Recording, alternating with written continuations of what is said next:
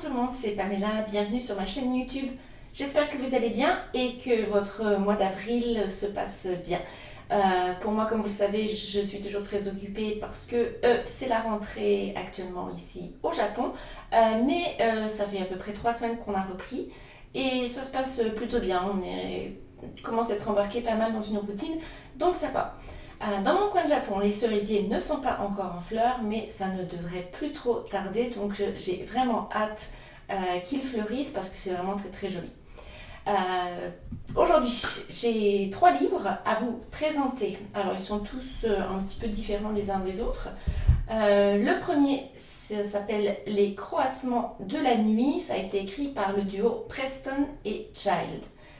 Le second, c'est un polar écossais signé Ian Lankin. Ça s'appelle Le fond de l'enfer. Et enfin, le dernier, c'est le dernier tome de la trilogie Oryx et Crake, Madame par l'écrivaine canadienne Margaret Atwood. Alors, je vous présente plus en détail ces 3 romans tout de suite.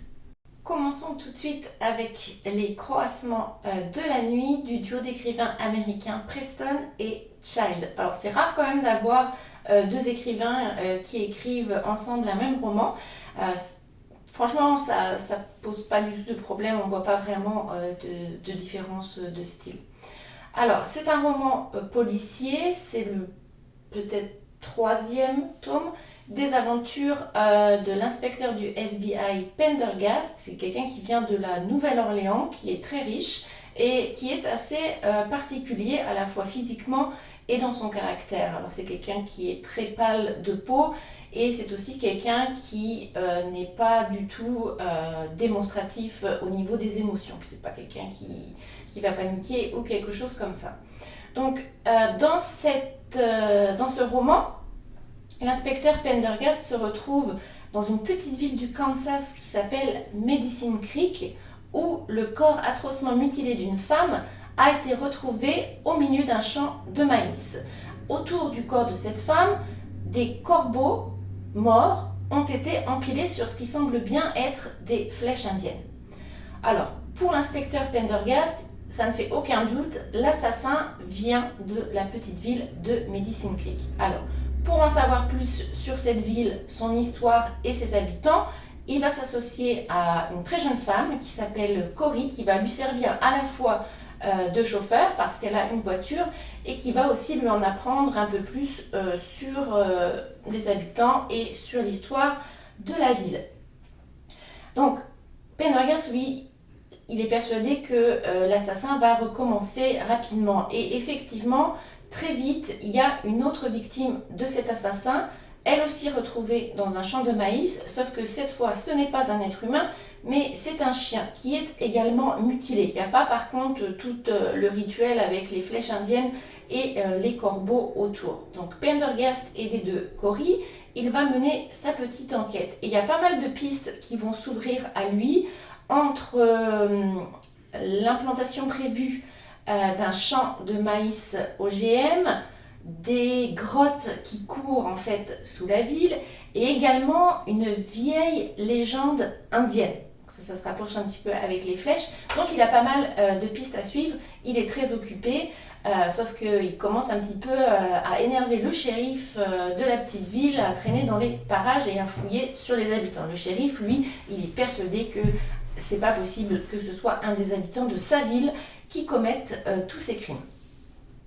Alors, qu'est-ce que j'ai pensé de ce roman? C'est pas mon premier de cette série, c'est mon 2e. J'aime beaucoup le style des 2 auteurs, c'est très bien écrit, c'est parfois drôle. Il y a des passages qui sont assez gore, mais ça va encore, c'est pas de la violence pour la violence, si vous voyez, ça s'intègre assez bien dans le récit, donc ça passe encore. Il y a un petit côté Stephen King, je trouve, dans l'écriture de ces 2 hommes, surtout pour ce roman qui se déroule vraiment dans la campagne américaine. Donc, j'ai passé un très bon moment en lisant ce livre, sauf que, comme pour l'autre roman que j'avais lu qui s'appelle, je crois, Le cabinet des curiosités, la fin m'a complètement fait lever les yeux au ciel parce qu'elle est complètement invraisemblable, si vous voulez. Bon, j'exagère un petit peu, mais en gros, l'assassin, c'est un mort-vivant. Ou l'assassin, bah, finalement, c'est un dragon. Voilà. Donc, c'est pas ça, mais c'est une image. C'est pour vous montrer à quel point la fin est pas plausible, à quel point la fin est absurde. Et ça, à chaque fois, c'est vraiment décevant dans cette série, quoi. Parce que c'est vraiment super intéressant, les enquêtes sont géniales. Donc, on s'amuse bien pendant les 400 premières pages. Et puis, quand on arrive plus proche du dénouement, les 200 dernières pages, disons, bah, là, on se dit, oh, bah, c'est n'importe quoi, enfin, c'est pas possible. Et surtout, ici, dans ce tome-là, c'était vraiment long, en fait, toute la traque de l'assassin sur la fin. C'était un peu longué, et puis, ouais, sur les 200 dernières pages, je me suis un petit peu moins amusée. Il n'en reste pas moins que sur un pavé de 600 pages, être tenu en haleine pendant 400, c'est déjà pas mal. Donc, je lirai avec grand plaisir la suite des aventures de l'inspecteur Pendergast. Le deuxième roman dont j'aimerais vous parler aujourd'hui, c'est aussi un roman policier, ça s'appelle Le fond de l'enfer, mais alors ça n'a absolument rien à voir avec le précédent. L'auteur écossais Ian Rankin va lui non pas plus s'intéresser vraiment à l'intrigue, plutôt en fait à la société dans laquelle ces personnages évoluent. Moi, c'est un style de roman policier que j'aime plus, ça me parle plus, j'aime bien découvrir l'effet de société. Alors, c'est aussi une série. L'inspecteur s'appelle John Rebus. Il y a d'ailleurs une série, je crois, de la BBC qui s'appelle Rebus. Si jamais ça vous intéresse, il y a quelques épisodes qui sont disponibles. Donc cet inspecteur, il est à la police d'Édimbourg. Et dans cette enquête-là, en fait, il est amené sur une scène de crime, ou peut-être pas une scène de crime finalement, puisque c'est le corps d'un jeune SDF drogué qui a été retrouvé dans un squat. Ce jeune drogué, il a dans sa main un sachet d'héroïne, donc la cause de sa mort semble pas trop mystérieuse au premier abord, on pense tout de suite à une overdose. Sauf que autour de ce jeune homme, il y a des bougies autour du corps de ce jeune homme, et sur le mur du salon, là où il a été retrouvé, et il y a dessiné un pentagramme. Donc ça reste assez mystérieux, ça interpelle un petit peu Rebus, mais aussi ça reste un squat quand même, donc il reste assez prudent, ça pourrait très bien ne rien avoir avec le décès de ce jeune homme. D'ailleurs, la plupart de ses collègues policiers pensent tout simplement qu'il s'agit d'une histoire d'overdose, et puis bon voilà, il n'y a pas d'enquête, il n'y a rien à faire en fait.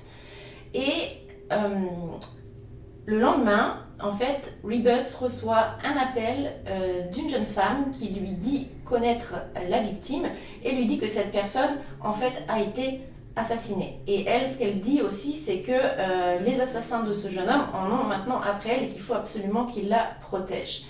Donc, Rebus va la rencontrer, même s'il reste assez prudent quand même aussi, hein, parce que ça reste elle aussi une droguée et ce qu'elle raconte n'est pas forcément vrai. Donc son enquête, il va quand même mener l'enquête, il va faire son travail avec sérieux, ça va le mener dans les bas-fonds de la ville d'Édimbourg, avec notamment des drogués, des prostituées, etc., des hommes riches un peu dégoûtants aussi. Donc voilà. Donc je vous en dis pas plus, il va mener son enquête assez tranquillement, et puis jusqu'au dénouement final qui n'est pas une overdose finalement. Alors, ce que j'aime chez cet auteur, c'est que déjà c'est très bien écrit. Alors l'intrigue, elle n'est pas exceptionnelle. Si vous recherchez quelque chose avec beaucoup d'action, quelque chose qui va vous donner envie de tourner la page, où il se passe des trucs tous les 5 minutes, c'est vraiment pas vers cet auteur qu'il faut vous diriger. Lui, il est plus en fait dans la description. Et la description des sentiments des personnages, la description des lieux, la description des perversions humaines, etc. La vedette, c'est pas vraiment l'intrigue policière, c'est plutôt la ville d'Édimbourg. On sent vraiment dans l'écriture de l'auteur qu'il aime sa ville et il nous permet de découvrir en fait une ville en dehors de la carte postale, avec ses bas-fonds, ses drogués, ses flics qui sont parfois corrompus, des petites frappes, parfois des grands pervers et des assassins. Donc ça c'est assez intéressant, ça donne une autre image de la ville d'Édimbourg. Rebus aussi, c'est un personnage que moi j'aime bien. Bon, il a ses petits problèmes, hein, comme tous les flics dans les romans policiers, mais c'est pas encore trop sérieux, ça prend pas trop de place dans le récit. Et puis je le trouve assez attachant, j'aime bien la façon dont il fonctionne, il fait bien son travail, il est sérieux, et puis parfois il sait se montrer assez drôle. Dans un sens, ça ressemble un petit peu à ce que fait l'écrivain islandais Indridason, si jamais vous connaissez, qui lui aussi est un petit peu plus vers le côté social dans ses romans.